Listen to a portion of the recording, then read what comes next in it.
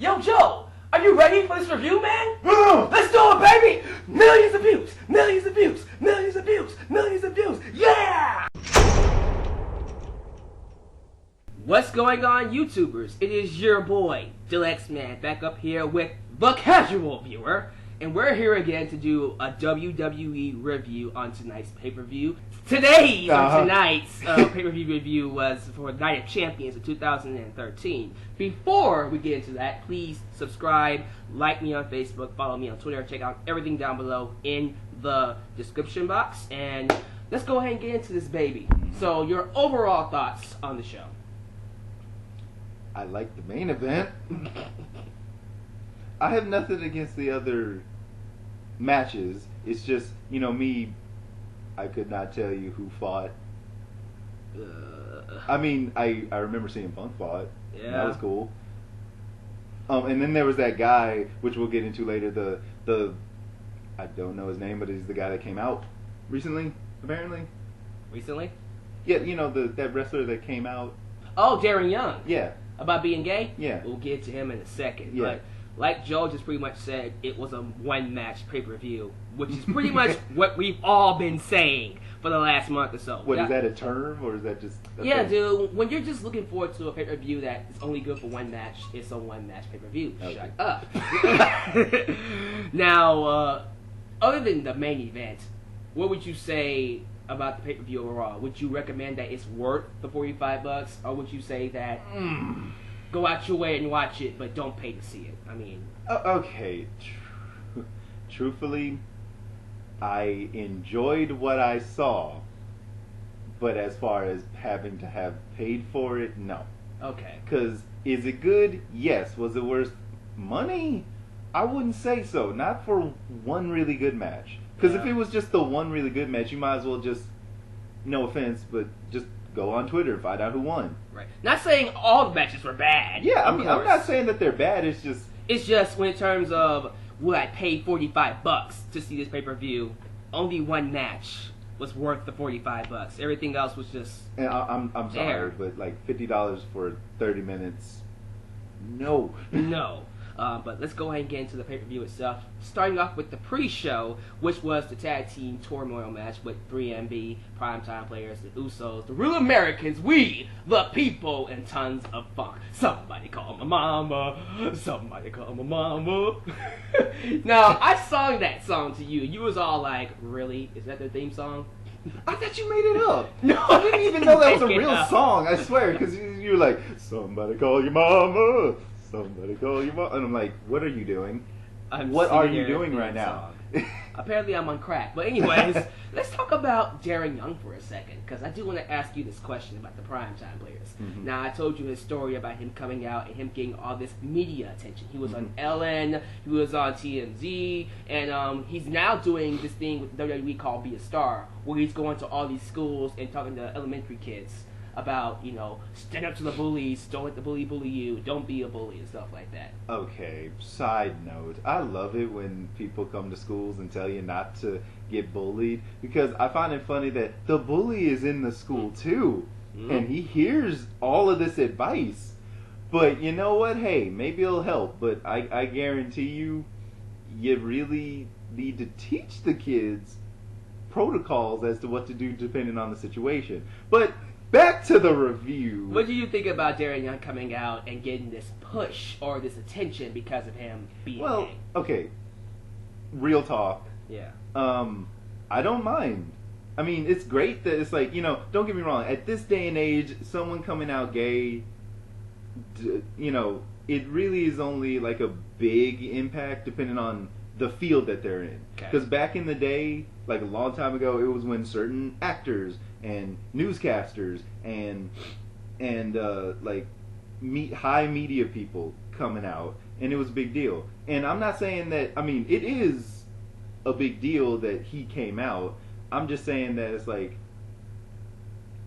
because he came out and he's in wrestling where he's around a lot of men's, it's just surprising that he actually had the balls, if you will, to actually come out. And I think, you know what? Congrats. I think, absolutely, awesome. other people follow the example. Don't be afraid to be who you is. Yeah. But my whole thing is like, and no offense to this guy, I have nothing but respect for him. I don't know him, but it makes me wonder. It's like, if it wasn't for this coming out thing, would anyone know who he is?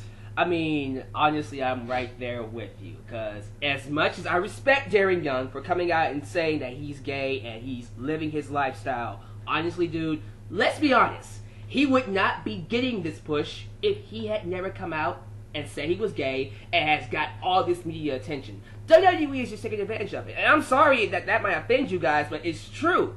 I mean, before this, what were the Primetime players doing? They were on the YouTube show, dude. They wasn't even wrestling. And when they were wrestling, guess what they were doing? Losing. So all of a sudden, I'm gay. And he's winning now. Now he's getting championship shots. Not saying he's a bad wrestler. Because the match they had tonight was good. Mm-hmm. But still, let's be honest. That's the reason that he's getting the push. Because he's getting media attention. Well, no, because see, that's the other thing. Because, again, because it's the I'm coming out the closet card, there's a big, is he really gay? Yeah. You know, I mean, don't get me wrong. I'm just going to take him for the benefit of the doubt. If he says he's gay, I'm not going to argue. I'm pretty sure. But it's just the whole idea that it's like, since he's getting all this attention, was this not a plan? But, you know what? I'm just going to go on the whole, he's gay, and that's great. Good for him. I mean, if it brings more eyes to the product, that's great too. But well, I think fans shouldn't. What's the word I'm looking for here? I don't think they should be delusional about the whole idea. It's like, oh, he's only getting a push because he's good. He's a good wrestler. No. Well, me, I'm more like this. I'd rather him get all this attention because he's a good wrestler who happens to be gay. Yeah. Because it's going to get really old when he's going to be known as the gay wrestler in the WWE. And, you know, me, like, don't get me wrong, I like the guy, but he's going to have to, I mean, and I'm not judging and I'm not trying to pretend I'm Mr. Big Guy over here. I'm just saying, it's like, he's going to have to do quite a bit for me to care about that. About whatever else he's going to do. I mean, it's like, okay, he's gay. Can you fight, though? Can you talk on the microphone? Anything else? Can you have good segments? Are you good at tag teams? I mean, for the most part, I'm having no problems with it because I've seen their stuff on YouTube. They're kind of funny. I actually like the Primetime players, especially the whole whistle thing. The reason why I marked off for that was because they did that a lot during the YouTube show, so I'm just, you know, I'll get to that in a second. But this turmoil match, honestly, between me and Joel, we felt like the Usos, the Samoans, should have won.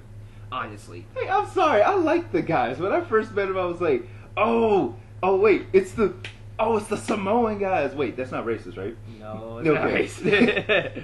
You know me, I was like, oh, that's them. Yeah. I remember them. And then it's like, oh, they're like The Rock, right? Mm-hmm. But that's cool. Yeah, but they didn't win. The Primetime players won. Which, again, if it actually does benefit the WWE in the future, cool. And if it does lead to Darren Young, especially Titus O'Neil, which we'll get to in a second, getting a big push, awesome for them. We just felt like, for this point in time, the Usos deserved that title shot over the Primetime players, personally. But because I don't know who the Primetime players are. Right. Honestly, if you didn't tell me anything about the internet, I could have sworn they came out of nowhere. 'Cause I never heard of them. But then, of course, I'm the casual viewer. Of course you are. But getting into the actual pay-per-view now, the show opens up with the Tyrant, Triple H, coming out and telling the world that the main event tonight is now no interference. Nobody can interfere. It's Daniel Bryan versus Randy Orton. Cool? Okay, and then he made an impromptu match for the IC Championship. It's Curtis Axel versus Kofi Kingston. We will be honest with you. The stream we watched it on was lagging during this match, so we can't give it a proper review. But from what we saw, it was a decent match. Nothing really big came from it. I mean, what do you have to say about that? Well, here's my thing. They showed a lot of highlights as to what happened since we didn't get to see the entire thing. The highlights weren't that great, so it makes me worried about the entire match as a whole. Not saying that they're bad or the match was bad. It's just from what we saw, nothing special came out of it. So Curtis Axel retained. He's still IC champion. Based off of what you've seen a lot of Curtis Axel over the last few months. Yeah. What do you think about him? I honestly don't have an opinion. Really? I'm not for or against. I have to see him in a lot more stuff to give a proper opinion of him. And see, that's the problem with a lot of fans is because Curtis Axel hasn't been involved in a lot of stuff except for this program with CM Punk. So a lot of fans don't know much about him, and I think that's what's hurting Curtis Axel. It's not the fact that he's a bad talent. We're not getting a lot of him and seeing what makes him tick, seeing how good he's at wrestling because he's not wrestling a lot. I mean, like I said before, he didn't have an IC championship match on the show until, hey, Kofi Kingston, have a match with him. So maybe if he does get a feud, or maybe he fights someone that he can work against very well, maybe we'll see more of him. And maybe over time, people like you, casual viewers, will get behind him, and even hardcore wrestling fans. So, hey, I mean, I understand why people are kind of on him right now, but at the same time, I'm like, well, is it really the fact that he's or is it the fact that we haven't gotten enough of him to determine if he's good or not? Well, no, but that's the point. Yeah. The whole point is like maybe everybody's because we don't see nothing of him. But then on the other hand, he might be because there's a reason we don't see much of him. True. Because I mean, maybe he's injured, but I don't know. Who knows? But the Divas Championship match was up next. AJ Lee versus Brie Bella versus Naomi versus Natalya. Other than a few spots in this match, there's only a few things we can talk about. Poor AJ tried to get her own diva army up against the Divas, and they said, girlfriend, we ain't doing that. So the Total Divas pretty much attacked her at the beginning of the match. In the middle, or towards the end actually, Natalya did something to, she body slammed Naomi and then body slammed Brie Bella on top of her. Brie Bella had Naomi pinned. The shoulders was on the mat. Yeah, that should be counted. Follow the rules. Come on. Honestly, I didn't even know I didn't even know about the both shoulders on the mat being a rule thing. And me, I have no problem with that. It's just since if no one explains that, I would have no idea. But granted, I don't know. For me, it's like I know it's like you said, it's scripted. So me, I was like, that might be nitpicking a little. It is kind of nitpicking, but at the same time, literally, Brie Bella should be Divas champion. No, I'm not arguing that she shouldn't be disqualified, but I'm just saying it's like... Well, not disqualified, Divas champion, Yeah, it's just, it's one of those, like, maybe that'll come up later. On Raw, maybe so. Now, I'm not saying I want her to be Divas champion. Don't get that idea. But at the same time, if we're going to be fair, she should be Divas champion. I'm actually kind of happy that the referee didn't call that. But at the same time, I do think that's kind of nitpicky of me to notice. But the highlight of the match was Natalya's double sharpshooter submission, where she had both ladies in the hold, and that was cool. And then AJ Lee came in and hit her Black Widow submission, made her tap out. No, it's just like, look, I get it. Everybody has their special move. I get everybody has their signature stuff. I get that. And that's what crowds go for. It's just me, after seeing after seeing these two combat each other over and over again, I'm just like, so the only way you can win is if you get someone to tap out. You can't actually pin them. Yeah. Is that a thing? Is there no other submissions you have? Well, she does have a move that will pin them 1, 2, 3. She just doesn't use it. I don't know what's up with that. It's actually pretty cool too. No, well, I'm just saying, it's like every time I've seen AJ, right? Yeah. She does the same submission every time. Mm-hmm. If you got a wrestler and he's fighting against somebody that's really strong, he has to do every single one of his special moves, and you know that even after those 3 it doesn't work. Then it's like, oh no, that guy's really tough or something. Right, because you expect the wrestler to have a big repertoire of moves, not just one finisher, maybe 2 or 3 finishers, Just me personally, I think you need an average of 3. Oh yeah. Just an average of 3, and they could be the 3 different ones. One's a submission hold, One's an attack, yeah. One's an attack, and one's a pin. Basic. Yeah, I understand. That makes sense. But we're going to give this match, we haven't even gave the ratings to the other matches yet, but so far, all the matches have been 2 stars, honestly, because nothing really special happened in them. I'm sorry, but... 2 out of 5. 2 out of 5? Stars. They know. Yeah. Oh, hey, I'm just making sure. Okay. It's like, yeah. And the tag team tournament, I'm giving 3 stars, but you're giving that 2 stars too, right? Alright, so far it's been 2 stars, guys, and the next match is the World Heavyweight Championship match. Rob Van Dam and Alberto Del Rio was an okay match. Didn't like the ending because Rob Van Dam won by DQ, but freaking Del Rio, guy who's disqualified, shut up. What was best about the match was the ending with the Van Terminator, how he went from one rope to the other with the drop kick and kicking the chair in his face. That was pretty cool. But other than that, are you going to remember anything about this match besides that ending? Sadly, I only remember the stuff you mentioned. So, I have 3 stars on here. I'm thinking about going down to 2. I'm going to stick with 3. You sticking with 3? Yeah. It's not, like I said, it wasn't a bad match, but you can live without it. Right. And honestly, it was better than their match on Raw a few weeks ago. That match was terrible. It was bad. This one was much better than that one. So, okay, I'll be generous, keep it at 3. But it won't be anything to take home to the folks, alright? Especially this next match, The Miz versus Fandango. Oh, Jesus Christ. You remember this match, I have one word for this match. Okay. Why? Well, because I'm like thinking, like, look, I guess there's a reason for them to fight because of what happened in the last, in SummerSlam.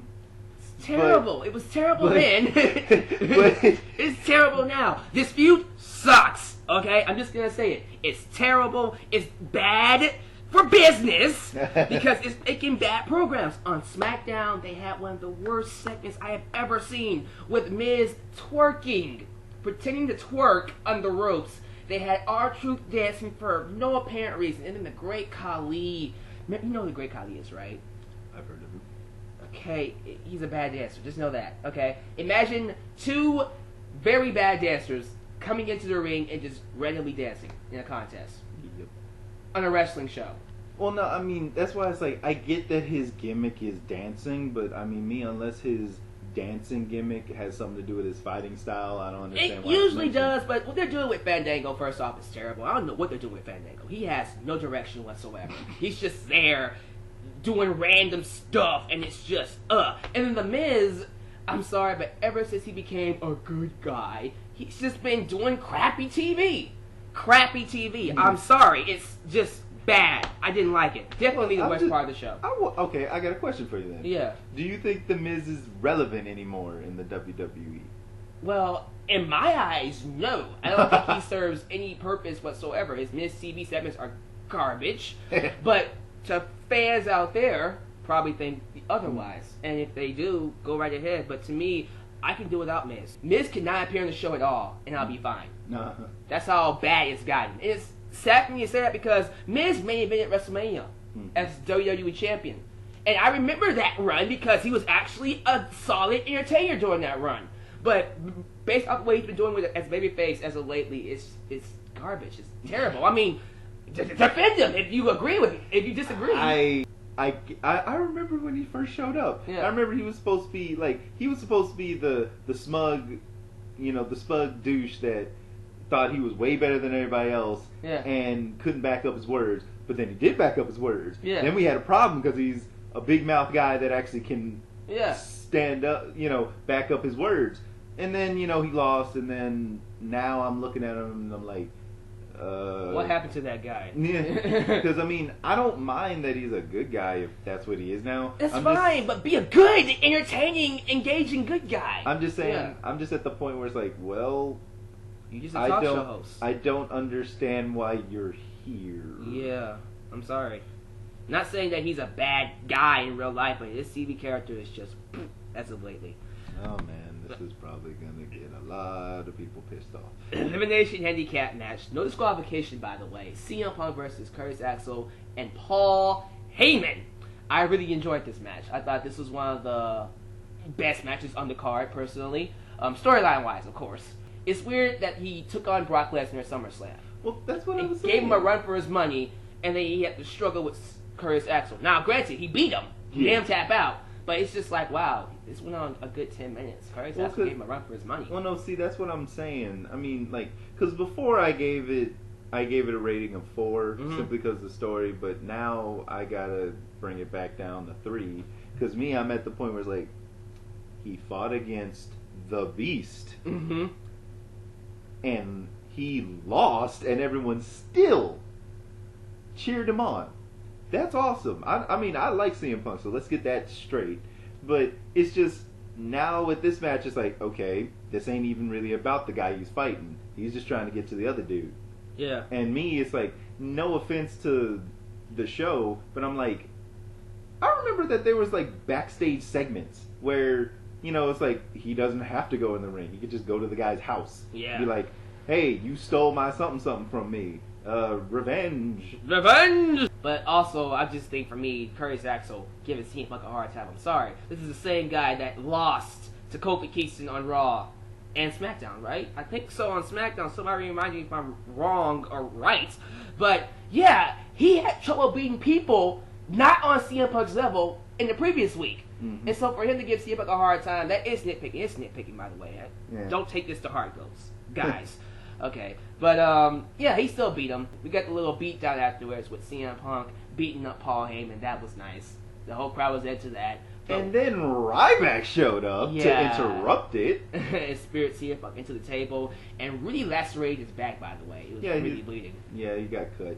Yeah, but you can tell he was all like, "Hey man, you okay?" You saw a little tap. No, actually, yeah. What was that other match that happened in? Dario and Rob Van Dam. Splashed on his knees. I mean, we can talk about that later, but it's like, that's the kind of sportsmanship I like to see in this. Yeah. Because, don't get me wrong, I know that there's sometimes when they're doing the thing, it's like, oh, yep, that's definitely fake. Mm-hmm. We know that didn't hurt. But then there's sometimes where they oversell it to the point where I'm like, are they really in pain?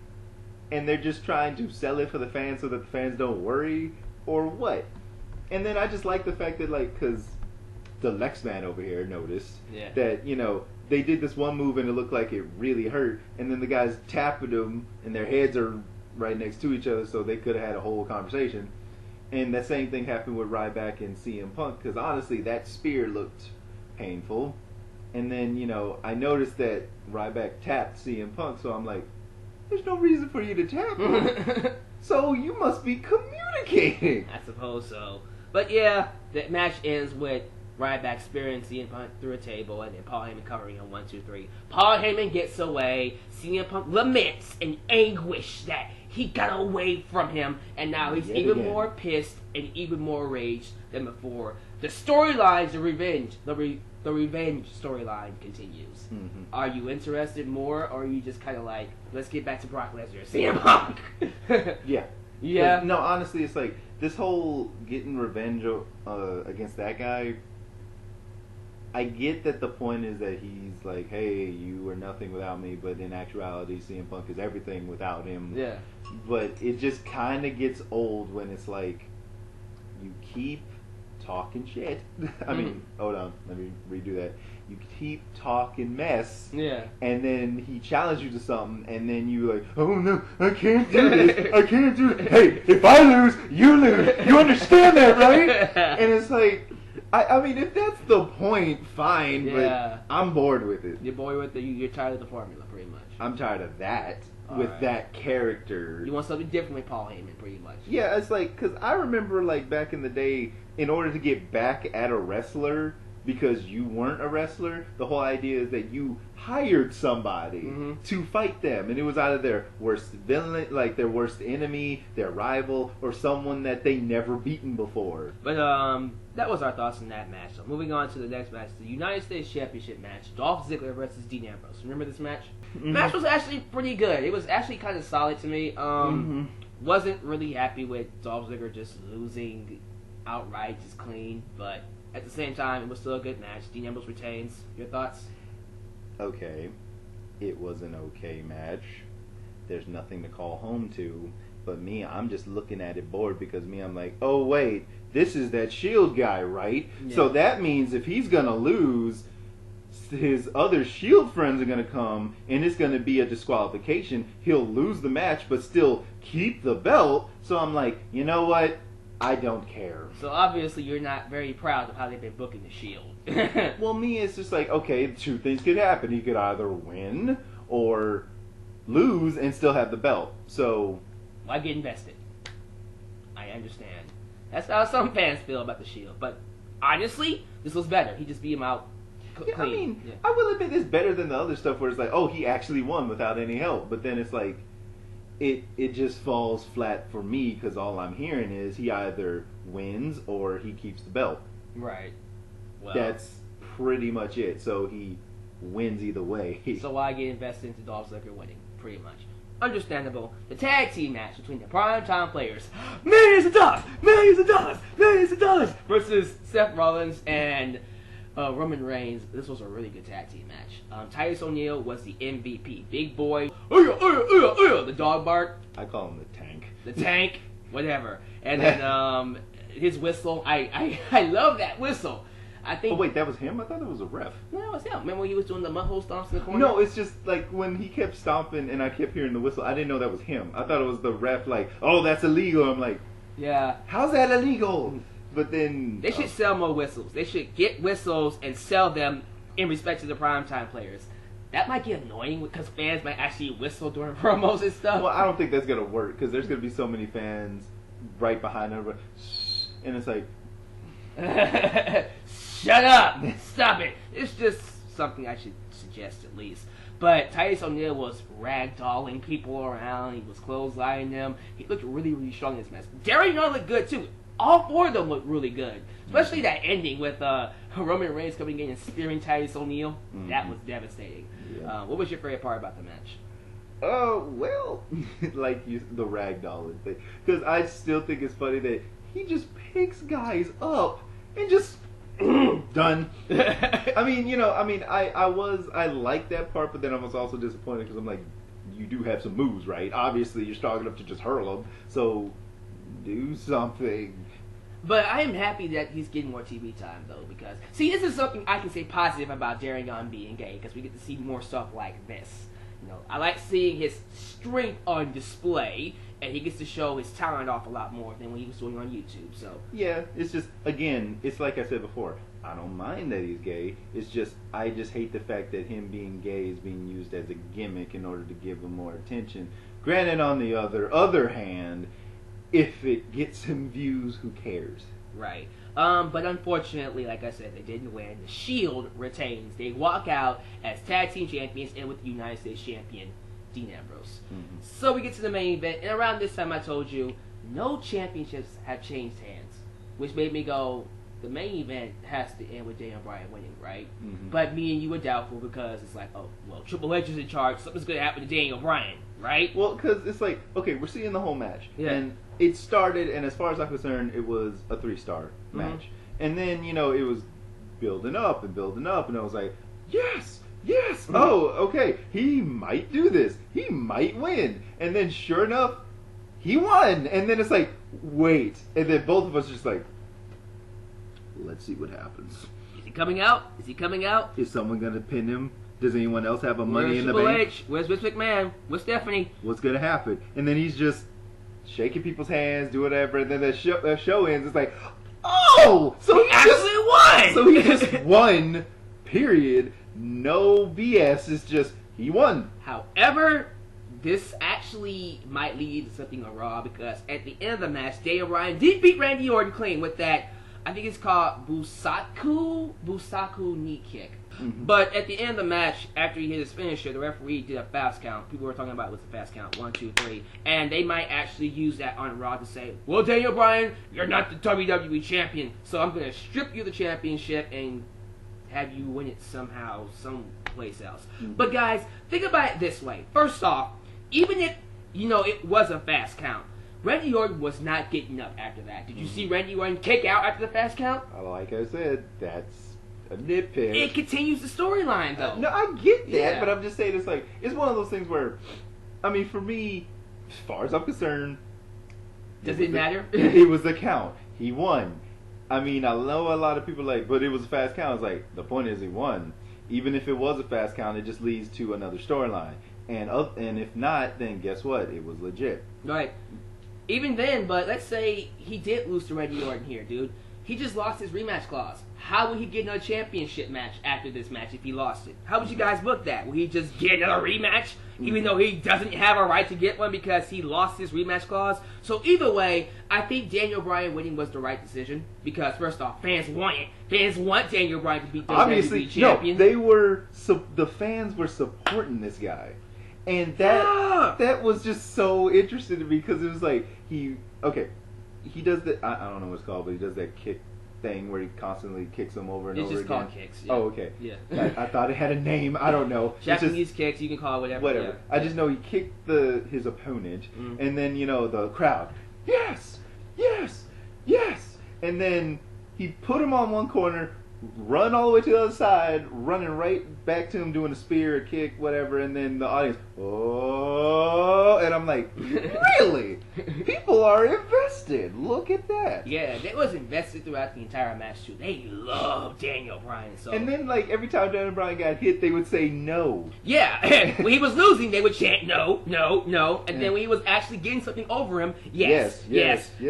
That's how you know he's a superstar. That's how you know. He got betrayed by Triple H. Yeah. Because of that, now it's a man versus the corporation thing. Yeah, the entire administration of the WWE. So now it's like, oh, it's the man versus it's the man versus the establishment. It's the little man versus the entire corporation. Yeah. And then it's like, I know people aren't pleased with it, but I'm at the point where it's like, okay, got any other better ideas? Oh, is that what it is? Because don't get me wrong, it's not like if I had some time and I actually wanted to, figure out a different plot that it could go, hey, maybe there is a better one. But my whole thing is like, for all the people who don't like how this is going and don't like how the storyline goes, please give me a storyline that's better.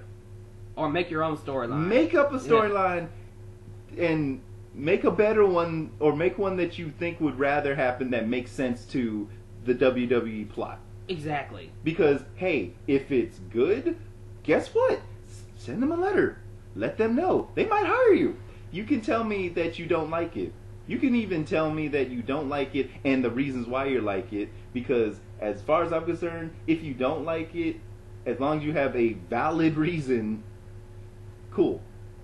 I'm just saying that if you just say, oh, I didn't like it, and then it's like, well, why? I don't know. They're not really giving legit reasons as to why they hate it. Other than the fact that Daniel Bryan's getting beat up and they want to see him over them. But then again, it goes back to what we said before. If people are that pissed and that invested, it's working. They're doing their job. Something obviously is working. Because it's not like you said, oh, them doing that to Daniel Bryan doesn't fit with the character or the storyline, and it doesn't make sense to what's going on in the overall WWE. You're saying we're picking on Daniel Bryan, and that's bad. He just got his belts, and now they took it from him, and this is unacceptable. Sounds like someone's invested. It's working. Let's keep doing it, guys. That was the only worthwhile match on this pay-per-view, honestly. On average, it's honestly probably closer to 2 stars and 3 stars. Well, it's more like closer to 2.5, but that's just splitting hairs. But but we're just gonna give this episode a solid 3 stars. And we're probably being a little too generous than we should be, because honestly, like we said, it's a one-match pay-per-view, but the one-match pay-per-view did deliver. So maybe some of y'all may say that it was a great pay-per-view because the one match you was looking forward to was good. No. Except for this guy. No. That's not how it goes. Look, I get it. If that one match was great, that's awesome. And if you think it's that great that it overshadows everything else, by all means, go for it. I'm just saying, my opinion, that's not good enough. Yeah. Not for $50. Yeah. Overall show has to be worth $45. I have to, I'm not saying that there hasn't been some pay-per-views where the main event or even the second event was like, oh, that was worth it. I don't care about this other stuff. We just had one, SummerSlam. Yeah. Yeah. So it's like, okay, fine. But for me, I'm like, hey, that was good. Not for $50. It wasn't really worth the $50, guys. So if you spent your money on it, I feel bad for you. I hope you got your money's worth because we don't think it was worth it. Anybody that actually paid for it, let me know if you thought it was worth it. because I for one don't think it is. Not saying it was like the worst pay-per-view ever. We just think it was average, maybe decent to be, generous. Well, because I think it was decent, but it's. You know what? I'm just gonna keep that to myself. But let's just say it was a decent pay-per-view. If you want to go watch it, there are some things you will enjoy on there. But we if don't you had to see something, it's the main event. Everything else you could skip and you won't miss anything. Maybe CM Punk versus Paul Heyman and Curtis Axel. That's about it. Other than that, guys, comments down below. Video response to what you do. But other than that, guys, thanks for watching this review. Please leave your comments down, and we'll look forward to seeing what you guys have to say about the pay-per-view. How'd you feel about it? I mean, you heard our thoughts. We thought it was decent. Did you think it was great? Did you think it was terrible? Other than that, this is your boy signing off, and we'll see you guys next time in our next review. Your boy, Dalyxman, signing off with a casual reviewer. Peace. He did it. He did it. He did it. It's my boy, WWE Champion. Yes. Yes. Yes. Yes. Best in the world. Screw CM Punk.